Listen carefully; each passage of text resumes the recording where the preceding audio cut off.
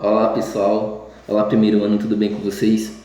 Bem, vamos começar hoje nossa segunda aula de redação, nossa segunda aula de redação online.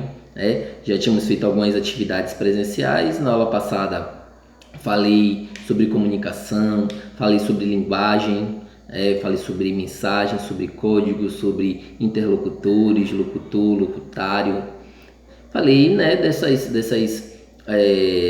desses elementos que compõem a comunicação. Falei da fala, falei do código, né? E são assuntos exatamente importantes porque é o estudo da língua, né? A gente é um estudo teórico da língua. A gente está dentro de redação. Lembrando a vocês que redação não é só produzir texto, redação também tem a parte teórica que é importante falar, que é importante refletir sobre ela, entender os mecanismos, né, que a compõem, falar um pouco de gênero, falar um pouco sobre a história dessa comunicação, da linguagem.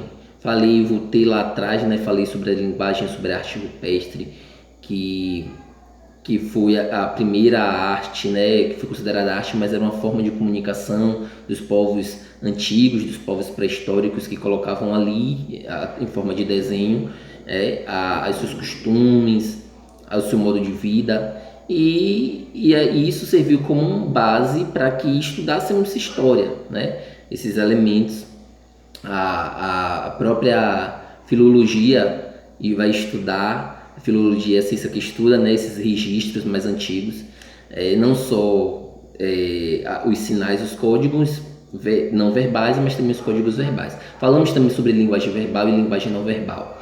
Um assunto muito importante, falando sobre a necessidade de se comunicar. Todos nós nos comunicamos através da linguagem. A linguagem ela é extremamente importante para que a gente se comunica, para que a gente fala, né? E a linguagem ela vai gerando alguns gêneros. Eu falei na aula de português sobre gêneros, falei sobre gêneros discursivos e gêneros literários. E voltando um pouco sobre os gêneros discursivos, que é o nosso foco aqui agora, o gênero discursivo é todo o texto circulatório, né, que tem uma função, né, social. Todo gênero ele tem uma função social. Aqui é uma aula expositiva, é uma função social, é um texto mais circulatório, é um texto mais usual, é um texto mais denotativo. É claro que existem vários gêneros discursivos conotativos, mas neste caso aqui é mais denotativo. Então tudo que você produz linguisticamente gera um texto. O texto ele não é só aquilo que está escrito, não. O texto não é só frases emaranhadas de frases escritas, não. O texto é tudo que você produz linguisticamente. Isso aqui é um texto. O que eu estou fazendo aqui é um texto. Eu me preparo, penso naquilo que vou falar, reativo, né, os meus neurônios. O cérebro ele vai lá buscar a parte da linguagem, porque sim, nós temos uma parte do cérebro que cuida da linguagem.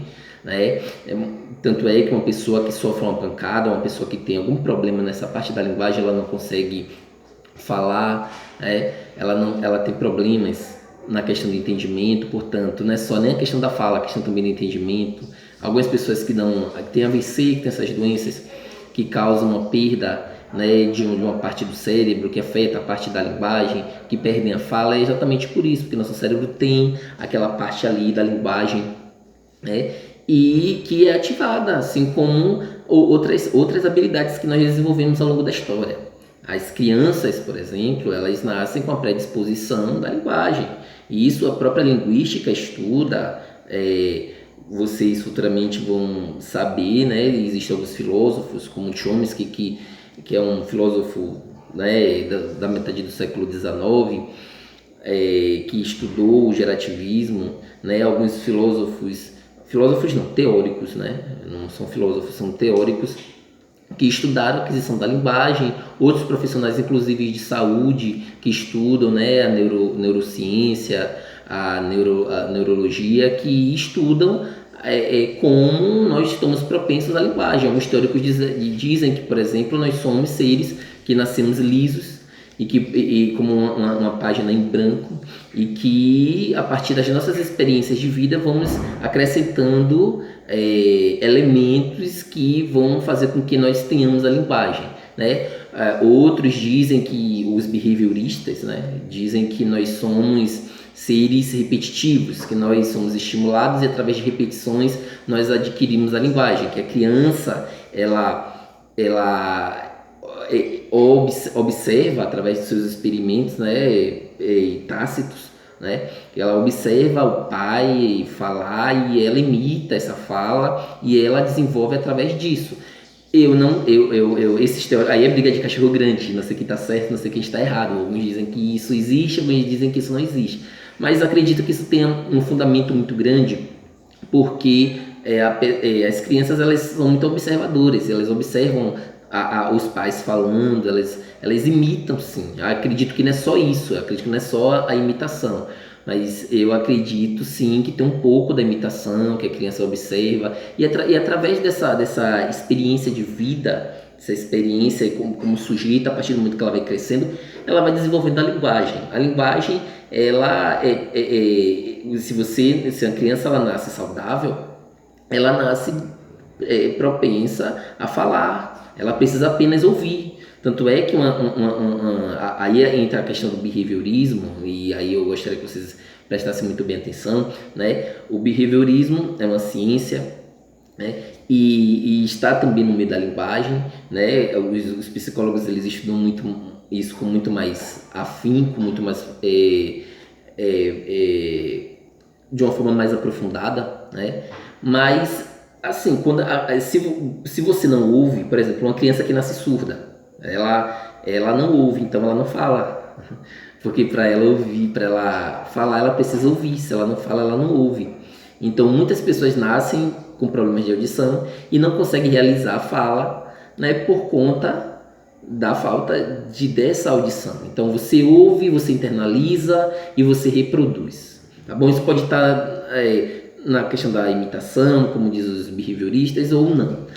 O que importa aqui é que você já nasce com essa predisposição à linguagem.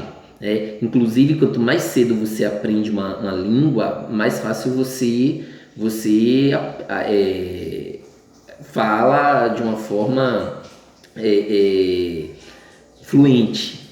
Você fala de uma forma fluente. Então, por exemplo, se uma criança ele tem um pai brasileiro e tem uma mãe francesa, e porventura esses pais resolvem morar um tempo na Itália. Se essas crianças elas forem expostas à linguagem do pai, ao português da mãe, né, ou do pai, não sei, até nem me lembro mais quem é o francês ou o brasileiro dessa história, vamos pensar que o pai seja o brasileiro. Então, se essa criança for exposta ao português do pai, for exposta ao francês da mãe, né, de uma forma natural ela vai aprender. Na aquisição da linguagem, ela vai aprender o francês e o português. E na escola, no meio social, ela vai aprender também o italiano, se ela morar na Itália. Né? Por isso que as escolas, hoje em dia, elas investem muito na educação bilíngue. Porque quanto mais criança você for, quanto mais novo você for, você fica mais propenso à aprendizagem da língua, né? À aquisição daquela língua, a ser proficiente naquela língua. Portanto, é isso. Nós nascemos com essa predisposição, isso é genético. Nós nascemos com essa predisposição, assim como você nasce com um órgão, né, que é o olho para ver, assim como você nasce com o órgão boca para falar, você nasce também com a predisposição. A boca serve para comer, mas também serve para falar. Então você nasce com essa predisposição à linguagem. E essa linguagem é desenvolvida não apenas com a repetição, mas também com o convívio social. O convívio social vai determinar a sua linguagem, vai acrescentar elementos na sua linguagem. Isso aí a gente vai falar um pouco depois. Vamos falar, a gente está falando dessa linguagem, né, um bate-papo, né, como a gente sempre faz nas aulas presenciais, porque é diferente, nossas aulas, é o ensino médio, a gente faz completamente diferente. A única coisa que eu sinto falta aqui é da interação de vocês, da pergunta de vocês, da contribuição de vocês, né? Então, eu sinto muita falta disso, dessa reciprocidade da gente. Infelizmente aqui só eu que falo. Mas vocês podem mandar as perguntas de vocês. Então, voltando ao assunto, linguagem nós já nascemos com essa predisposição à linguagem. Linguagem importante na vida de qualquer ser vivo. E quando a gente nasce com algum problema que nos impeça de aprender uma língua, como o português, como o francês, como o espanhol, nós criamos, né, nós desenvolvemos um mecanismo para nos comunicarmos, né, como as pessoas lá da pré-história que criaram as artes, né, que desenhavam, né, assim como a linguagem brasileira de sinais hoje, que as pessoas surdas, mudas não falam, não ouvem, mas desenvolve uma linguagem através, né, de gestos. Não é só o gesto, mas tem todo um aparato, tem toda uma gramática e que elas internalizam em si. Então nós temos uma gramática dentro de nós, né, que nós temos uma língua materna. É tácito, a gente aprende, é inerente ao ser humano. Quando você vê, você já está falando, você não controla isso, né? A linguagem ela é espontânea, ela é múltipla, ela modifica-se de acordo com sua idade, ao longo dos anos, de acordo com o meio onde você vive. Então a linguagem ela será condicionada às suas experiências, né? Às suas experiências de vida, às suas experiências como sujeitos sociais. Certo? E nós nascemos com esta linguagem, nós temos essa predisposição. Agora, para que você usa a linguagem? Para que nós, seres humanos, usamos a linguagem? Para várias coisas, para nos comunicarmos, de um modo geral, para pedir uma informação, para resenhar com os brothers, com os amigos, que é muito importante, mas para ouvir uma música, a gente usa a linguagem. Para cantar, a gente usa a linguagem. Nós usamos a linguagem por diversos motivos, para pedir, né, ajuda, pedir socorro, pedir comida. Nós usamos a linguagem até mesmo para namorar. Não se empolguem. Mas usamos a linguagem para tudo isso. A linguagem é tudo que realizamos, né, em forma de comunicação. Bem, então, já que nós estamos dizendo para que nós nos comunicamos, aí estamos falando de linguagem. A linguagem ela tem suas finalidades, tem suas funções. Nós usamos a nossa linguagem por vários motivos. Uma delas, nós usamos a linguagem por entretenimento. Nós podemos usar por entretenimento. Por exemplo, quando você ouve uma música, né? Você ouve uma música, você está usando a linguagem com aquela finalidade, para entretenimento. Aquela música pode ser uma poesia, né? Aquela música pode ser para te emocionar, aquela música, não sei, mas pode ser para te convencer a alguma coisa. Existem músicas de autoajuda, enfim, nós usamos a linguagem para várias coisas. E uma dessas funções da linguagem é a função poética, né? E o que é a função poética? Bem, a função poética ela apresenta ritmo e representa sonoridade, né? E nós costumamos usar a função poética com sentido conotativo. O que é um sentido conotativo? É quando usamos a linguagem não real, a linguagem que não é direta. Como, por exemplo, a gente pode dizer assim: poxa, essa turma primeiro ano é filé. Todo mundo sabe que filé é uma carne. Então estamos tirando o filé do contexto para dizer que esta música, que esta turma é uma turma legal, é uma turma que interage, é uma turma boa, é uma turma de pessoas mais maduras, né? Então aí nós estamos usando a linguagem conotativa porque filé não é turma. Filé não tem nada a ver com turma. Nós estamos tirando o contexto, né? Filé conota o que nesse sentido? Coisa boa. Filé é uma carne boa, uma carne de primeira. Então é uma linguagem conotativa. Quando tiramos a palavra ou a frase, o termo do seu sentido real e aplicamos em outro sentido para ressignificar aquela frase, aquele enunciado. Portanto, a linguagem, a função poética tem como ela usa muito desses artifícios, a linguagem conotativa, que é a linguagem da ressignificação, e está na música, está na poesia, certo? Ela tem essa função mesmo de entreter, aí já entra o gênero discursivo, os gêneros discursivos, os gêneros literários já fazem parte da função poética. Quando você pega uma crônica, por exemplo, a crônica ela pode fazer parte da função poética, um poema, uma poesia, uma música, né? Ela apresenta um pouco do lirismo, um pouco não, apresenta muito do lirismo. Claro que aí eu vou explicar daqui a pouco a função emotiva, que também apresenta o lirismo. Só que a função poética, ela tem uma finalidade muito mais artística, né? Muito mais cultural. Ela apresenta o lirismo explorando essa questão mesmo da culturalidade, do literário, certo? Aí eu vou ler aqui para vocês, um texto que está no módulo de vocês, mas vocês não têm o módulo, né? Tá no módulo, vocês não têm o módulo, mas um texto da música de Dorival Caymmi. Dorival Caymmi é um grande escritor, poeta, nascido no Rio de Janeiro, mas que morou aqui na Bahia, ali em Itapuã, durante muito tempo, né? E ele tem uma música chamada Vatapá. E eu vou ler para vocês entendam um pouco mais sobre função poética. Vamos lá, observe quando eu falo a função poética, você sente a sonoridade, a brincadeira com as palavras, a conotação. Então observe aí, quem quiser vatapá, que procure fazer. Primeiro o fubá, depois o dendê. Procure uma nega baiana, que saiba mexer, que saiba mexer, que saiba mexer. Procure uma nega baiana, que saiba mexer, que saiba mexer, que saiba mexer.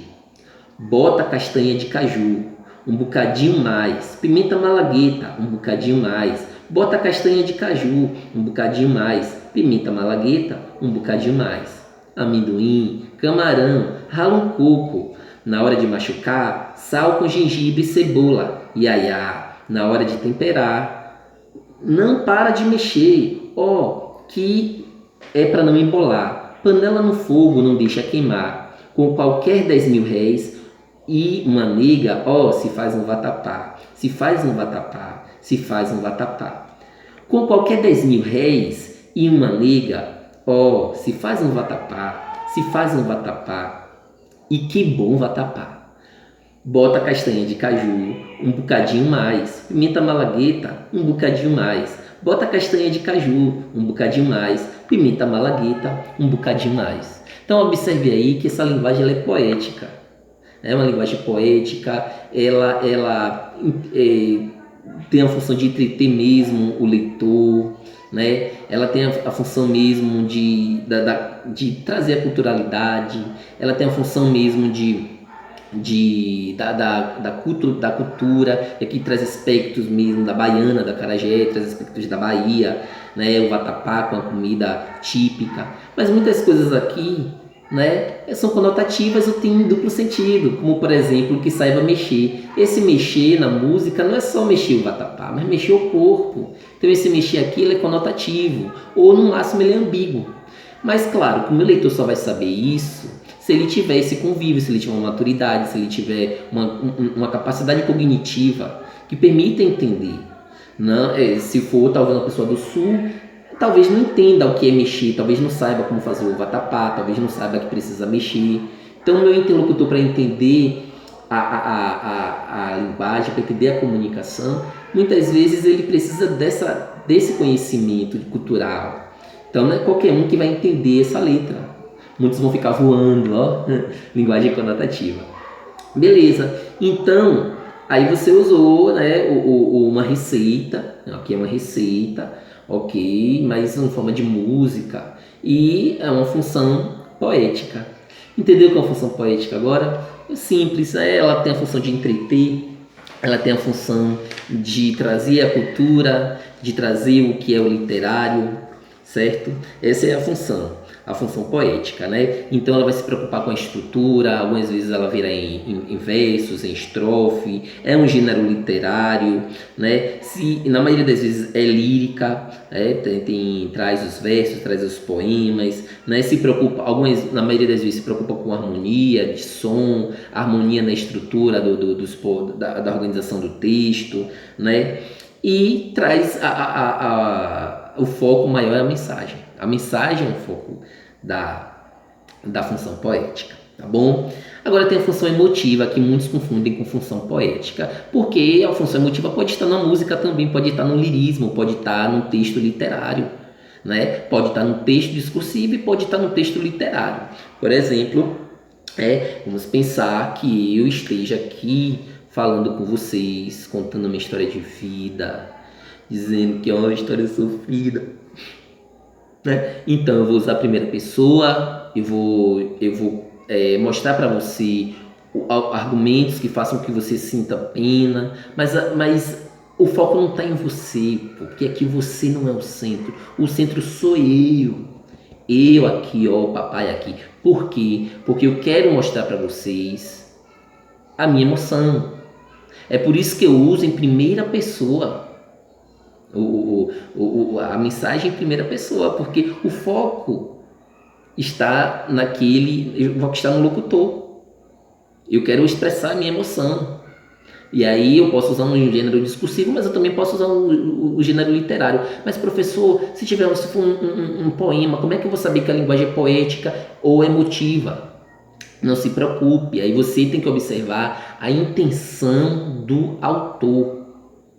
No caso aqui, no primeiro, vamos observar que lá na música de Caymmi, você vê que ele não quer expressar a emoção, não quer expressar o sentimento dele, ele quer apenas falar sobre cultura, ele apenas quer brincar com as palavras, né? É isso. Já quando, por exemplo, se eu pegar aqui, por exemplo, se eu pegar um texto aqui, vamos pensar. Não, simplesmente, sabe, a música Unha Pintada. Vamos pensar. Eu vou postar só para doer em você. Observe que eu tô colocando aí os meus sentimentos de raiva, aquela dor de corno, sabe? Eu tô triste porque ela me traiu, porque ela acabou comigo, com os meus sentimentos, porque o nosso relacionamento acabou e ela já tá lá com as amigas curtindo, lá com um novo rapaz, e me deixou aqui triste, solitário, chorando, na sofrência. E aí o que eu vou fazer? Eu também vou sair, vou me divertir e vou postar um vídeo bem feliz, bem pleno, né? Para doer nela, na algoz, entende? Então a função emotiva é essa, pode estar na música, pode estar no lirismo, mas se a minha intenção é mostrar a emoção, então a função é emotiva. Por isso essas sofrências aí que a galera fica chorando em lives, né, que grava vídeo chorando, a função é emotiva. Muitas pessoas realmente se identificam, algumas fazem por gastação, mas muitas realmente sentem que houve aquilo e se identifica com o sofrimento. Então a função é emotiva, certo? Mesmo estando como dentro de um texto literário, de uma poesia. É isso. Então observe a comunicação, se bem que as funções elas se misturam, elas não são apenas emotiva ou poética. Não é isso. A função ela varia muito, né? Elas podem no mesmo texto ter mais de uma função. Aí chama de hibridismo, né? O híbrido, o misto, como vocês queiram chamar, tá bom? Mas aí vocês têm que observar a predominância e também a intenção do autor, a finalidade daquele texto dentro de um determinado contexto, né? Aqui eu tenho também uma poesia que eu ia ler aqui, é de Mário de Andrade, um dos grandes nomes da nossa literatura, que ele diz assim, ó: moça linda bem tratada, 3 séculos de família, burra como uma porta, um amor, granfino do despudor, esporte, ignorância e sexo, burro como uma porta, um coió, mulher gordaça, filó, de ouro por todos os poros, burra como uma porta, paciência, plutocrata sem consciência, nada porta terremoto, que a porta do pobre arromba uma bomba. Então aqui ele traz um pouco mais do sofrimento, ele traz um pouco mais da sua visão de mundo, né? Um pouco mais do que ele pensa. Então, nesse caso, o que importa é o sentimento do locutor. né? Aqui é a visão de mundo dele a respeito desses elementos que ele cita aqui dentro dessa poesia, tá bom? Então aqui nós tivemos uma função emotiva, vários exemplos que eu dei para vocês, né? Então nós vimos a função poética, nós vimos a função emotiva, agora vamos ver um pouco da função apelativa ou função conativa. E aí, nessa função da linguagem, quando é que eu uso uma função apelativa? Quando eu uso a linguagem com a finalidade de te convencer a fazer algo, ou te persuadir. O que é persuadir? É convencer mesmo a fazer algo que você antes pensava de uma forma diferente ou não queria fazer, tá bom? Então, por exemplo, tem um rapaz, né, aí na turma que eu chamo de zangado, que muitas vezes eu estou dando aula, o rapaz está dormindo, quer deitar, aí eu quer abaixar a cabeça, aí o que é que eu digo para ele, zangado? Preste atenção, meu filho, este assunto é importante para sua vida, este assunto é importante para você, vamos interagir, esqueça esse sono, preste atenção aqui. Então observe que eu estou usando a linguagem para convencer zangado a assistir a aula que é importante para ele. Eu vou criar uma série de argumentos para convencer este rapaz a prestar atenção na aula. E, inclusive tem funcionado. Então, é claro, acorda de manhã, não dorme de noite porque fica no WhatsApp, aí vai para a aula com sono. Mas comigo não, beleza? Então, ele já se convenceu de que a aula é importante, que, portanto, precisa prestar atenção. Então, eu crio uma série de argumentos. Então, isso é uma função apelativa ou conativa. Por exemplo, você vai acabar um namoro, você quer retomar um namoro lá com aquela crush, com aquele crush, né? E você simplesmente começa a dizer, né? Amor, vamos voltar. Nosso relacionamento foi um relacionamento muito bom, nós viajamos, nós planejamos, muito embora eu tenha te traído, mas só foi um erro, volta para mim. Então eu uso a linguagem para convencer alguém a fazer alguma coisa que é mudar de opinião. Então eu uso a linguagem para convencer, portanto a linguagem é apelativa. E está muito nas propagandas. Está nas propagandas. A propaganda usa muito isso. O texto publicitário: não compre guarda-roupa hoje, vai perder dinheiro. Passe na Ricardo Eletro na segunda-feira, desconto, saldão de até 70%. Olha que maravilha, é tudo mentira, mas você vai lá, né, com cara de trouxa, chega lá e tá tudo caro. Mas aí a linguagem foi feita para quê? Para convencer a você a não comprar o guarda-roupa ou qualquer outra coisa que você precise, para passar na loja deles, né? E quem sabe lá, mesmo caro, você compre, porque vai ter uma outra pessoa para usar a linguagem conativa para convencer a você a comprar o que você precisa, inclusive o que você não precisa. Então aí eu uso a linguagem apelativa, texto publicitário, e aí eu uso o verbo no imperativo, que é quando eu uso o verbo faça, veja, compre, pesquise. Eu uso os verbos que indicam instrução, que indicam ordem. Aí, portanto, eu uso portanto, a função apelativa ou conativa, tá bom? Eu tenho também a função referencial, mas antes de eu ler a função referencial, eu gostaria de ler o texto do módulo de vocês, né? Aqui tem um texto publicitário, aí já é do Ministério da Saúde, que diz assim, doe sangue, faça parte dessa corrente. Aí nessa linguagem apelativa eu tenho muita função também conativa. Nessa função apelativa e conativa eu tenho muito a linguagem conotativa, como, por exemplo, corrente. Essa corrente, ela é uma linguagem conotativa, não está no sentido real, não é corrente, não é algo que está em correnteza, que está correndo, né? Quer dizer, faça parte desta equipe, faça parte deste movimento, né, de solidariedade. Portanto, aí eu tenho, um exemplo de função apelativa ou conativa. Eu tenho também a função referencial. O nome é referencial porque o foco é referente, ou seja, o foco é no contexto, é na informação. Tá bom? Referente tem a ver com contexto, tem a ver com informação, como eu já tinha dito na aula anterior. Eu tenho uma linguagem denotativa, não conotativa, ela é uma linguagem muito mais objetiva. Eu tenho uso de terceira pessoa. tá certo? Então, aí, por exemplo, eu tenho aqui na linguagem referencial, eu tenho um texto: morre o escritor Ariano Suassuna, né? Eu vou ler aqui rapidinho. Morreu hoje, 23, de parada cardíaca, o escritor, poeta e dramaturgo Ariano Suassuna. Ele estava internado desde segunda-feira num Real Hospital Português após ter sofrido um acidente vascular cerebral, AVC hemorrágico. Suassuna, que tinha 87 anos, morreu às 17h15 de parada cardíaca provocada pela hipertensão intracraniana. Um trava-língua. A família ainda não informou os detalhes do funeral. Nascido em João Pessoa, quando a capital paraibana ainda se chamava Nossa Senhora das Neves, em 1927, ainda adolescente, Ariano Vilar Suassuna foi morar no Recife, onde terminou os estudos secundários e deixou seu nome marcado na cultura e literatura brasileira, especialmente no teatro e na literatura.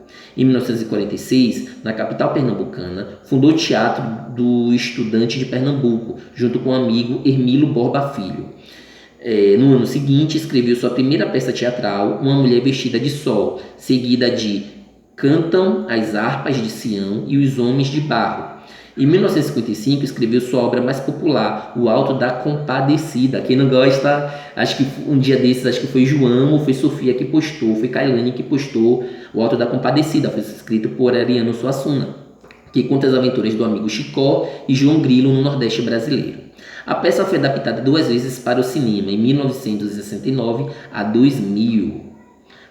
Então aí você tem uma função referencial, tem a função de informar, tem o referente aqui à morte de Ariano Suassuna, o contexto é a morte dele, né, como ele morreu, de que ele morreu, enfim, muito triste a perda deste ícone da literatura. Então aí você usa a linguagem em terceira pessoa, fundou, né, nasceu, morreu, escreveu, tá vendo? Uso de terceira pessoa. Bom, e eu tenho também a função fática. A função fática. O que é a função fática? A função fática, ela tem como foco a comunicação, né? Ela quer testar o canal de comunicação, não só o canal, mas ela quer testar a comunicação e quer manter a comunicação. Ela tem a função fática, ela tem a função de iniciar uma conversa, uma comunicação, um texto, de continuar com esta conversa, né? E de encerrar esta conversa. Quando você atende o telefone, como é que você atende? Antigamente era alô, né? Alô, quem é? Hoje em dia você já sabe quem está te ligando, você fala, diga amiga, miga sua louca. Né? É a cara de Maria Vitória isso aí. Miga sua louca. Né? Então, você tem aí uma função fática, porque você está iniciando a conversa, entendeu? Bem, quando eu digo entendeu, é uma função fática também, porque eu quero testar se a comunicação está sendo feita. Então, é uma função fática. Viu? Se viu também é função fática. Então, tudo aquilo que eu testo, canal de comunicação, é uma função fática. O alô, o e aí, o como vai, posso falar com você, boa tarde. Então tudo isso é uma função fática, você está testando o canal de comunicação. Portanto, função fática, né? Testa o canal de comunicação, inicia, prolonga e encerra uma conversa. E aqui eu vou dar um exemplo de função fática, Vou dar um exemplo aqui de função fática. Por exemplo, tem aqui, ó, olá, olá, como vai? Olá, como vai? Isso aí é uma função fática. Eu vou indo, e você, tudo bem? Tudo bem, eu vou indo, correndo, pegar o meu lugar no futuro. E você? E você também é função fática, é chato pra caramba, né? É quando você não tem conversa, aí você fica, e você? Tudo bem, eu vou indo em busca de um sono tranquilo, quem sabe? Beleza, aqui você teve uma função fática. E aí, como vai? Tudo bem? Função fática, ok? A função fática tem a função de testar o canal de comunicação. E o foco da função fática é a comunicação.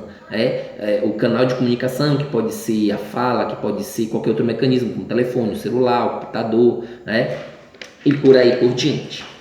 E eu tenho também, que é a última, a função metalinguística. O que é a função metalinguística? O foco é na linguagem. É a linguagem falando dela mesma. É quando eu uso a linguagem para falar dela mesma. Como, por exemplo, o dicionário. A linguagem do dicionário para falar sobre o quê? Sobre a linguagem. Você usa a linguagem falando da linguagem. É a mesma coisa. Gente, vamos pesquise sobre linguagem. Então você vai para onde? Você vai para o T, você vai através da linguagem falar sobre a linguagem. Você vai lá para o computador, a internet, pesquisar a história da internet. Você vai usar a internet falando dela mesma. Então, quando você usa um mecanismo de comunicação para falar dela mesma, você usa a linguagem metalinguística.